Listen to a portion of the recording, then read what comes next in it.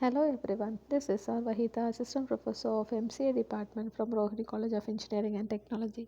I'm here to discuss a few topics of the subject MC4205 Cybersecurity. In this, we are going to discuss about the topic security monitoring and improvement best practices. First, let us see some of the best practices of cybersecurity. First one is establish a robust cybersecurity policy.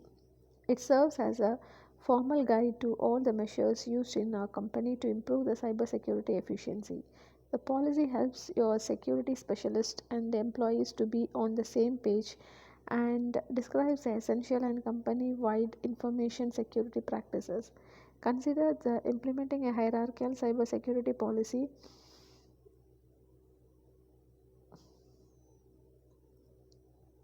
An additional policy is uniquely designed for each department within an organization. A hierarchical cybersecurity policy takes into account each department's unique needs, helping you to increase overall cybersecurity policies effectiveness and avoid the disrupting department's workflow. So this is a diagram showing the hierarchy of the cybersecurity policies. Second one is to secure your perimeter and IoT connections.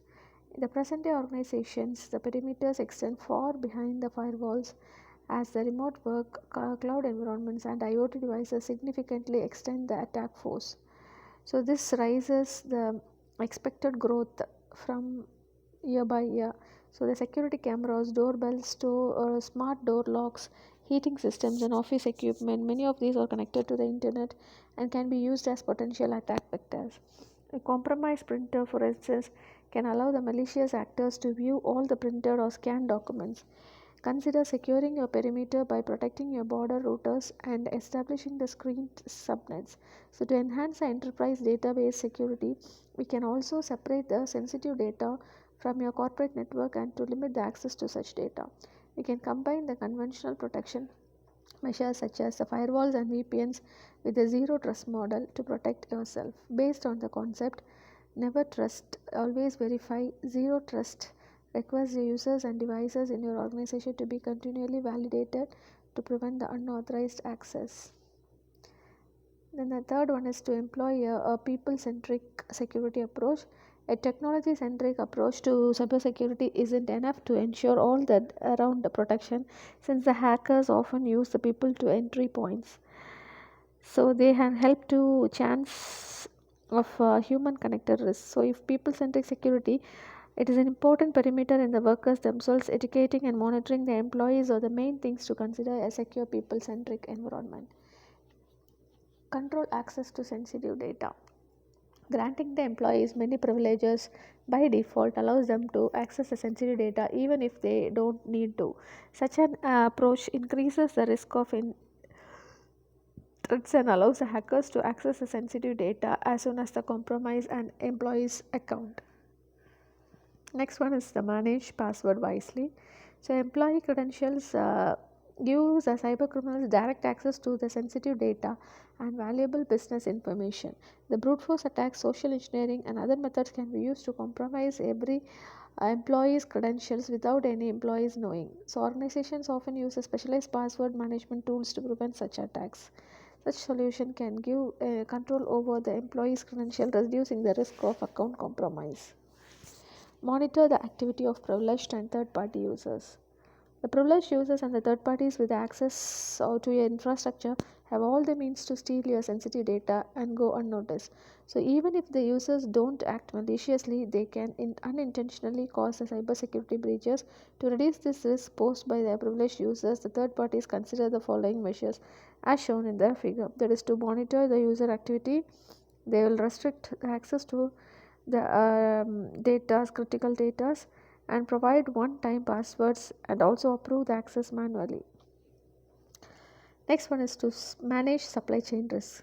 So your organization vendors, partners, subcontractors, suppliers, and other parties also access your organization resources and they are susceptible to supply chain attacks. So in this attack, the cyber criminals infiltrate or disrupt one of your suppliers and use that the escalate to that attacker further down the supply chain, so which may affect your organization. During the SolarWinds hacks, cyber criminals manage to access the networks and data of thousands of organizations by inserting the malware into the SolarWinds software update. So these are the practices of how to handle the supply chain risk. Next one is to enhance your data protection and management. We are going to enhance by providing an outline, that is your data protection measures, data detection policies. So consider building your data protection measures around the principles of information security. Confidentiality means it protects the information from unauthorized access. Integrity means it makes sure unauthorized users can't modify the data at any stage of the data cycle. Availability means ensure that the authorized users always have access to the data they need. Next one is employ the biometric security. The biometrics ensure that the fast authentication, safe access management, and preserves employee identification. They are reliable to verify the user identities before providing access to valuable assets, which is vital for your organization security. So that's why the biometric market is growing rapidly. Biometrics provide for more reliable authentication and password. They are often used as a multi-factor authentication. Multi-factor authentication means it helps to protect the sensitive data by adding an extra layer of security. With a MFA, that is multi-factor authentication, activated, malicious actors can't log in even if they possess your password. They would still need the authentication factors such as your mobile phone, fingerprint, voice, or a security token. Next one is conduct regular cyber security audits. The cyber security conducting these audits regularly helps you to access the state of your organization's cybersecurity and adjust it if needed. So during the audits, you can detect the vulnerabilities, compliance gaps, and suspicious activity of the employers, privileged users, and the third-party vendors. The final one is the simplify your technology infrastructure. That is, deploying and maintaining a large number of tools is expensive and time consuming. More so, the resource demanding the software can slow down your organization's workflows. So consider having one or a few comprehensive solutions that contain all the necessary functionality. This way you have streamlined and simplify your security infrastructure. Thank you.